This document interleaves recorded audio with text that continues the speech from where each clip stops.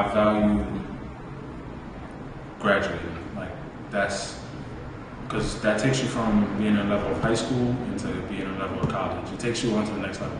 So I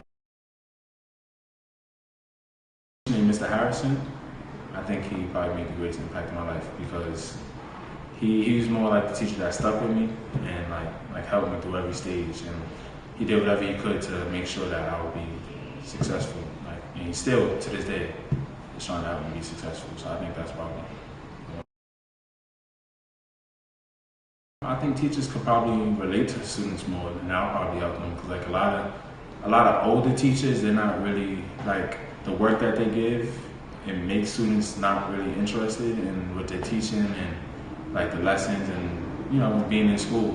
So I think probably the relationship between the teacher and the student is more important, and that's how they can help other students and the teacher.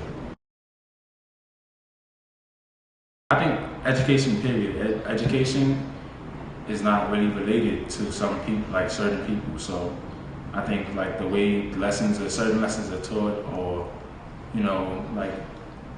like the way school is like set up, I don't think certain people relate to it as much as they should. And I think education should relate to anybody because that's something that you're gonna need regardless of your life before it's too late, and you don't when you're later on in life you're like, wow, I really did need that education. So I think the relationship between education and the person is really important. Sneakers, and you have no money left, and there was nobody else to sell them to. So then we started going to secondary stores, such as like Flight Clubs and stores on Tarrytown Road and 125th. So we started going to stores like that, and we would sell like 40 pairs, and they would give us a nice amount, like a little $30 over the retail price, and that's how we started receiving the sneakers. That's how we started receiving income off of selling sneakers and reselling. We would sell to secondary stores, and sometimes need money to make the clothes. So my father started basically telling me I need to give him a pair of sneakers, and then he'll give me money for the clothes. And then whenever I get the profit off of that, I'll give him some of it, and I'll keep the rest.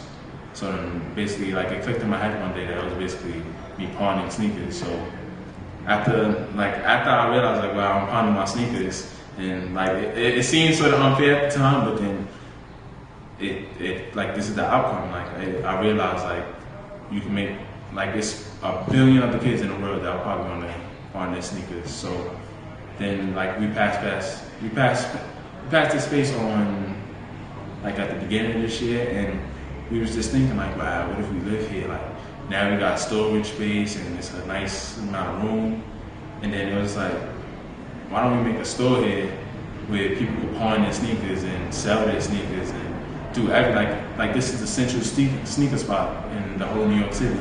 So I think that's where the idea of sneaker pawn and the relationship between customizing, refurbishing, selling, buying, trading, like everything with sneakers. I think that's what made sneaker pawn.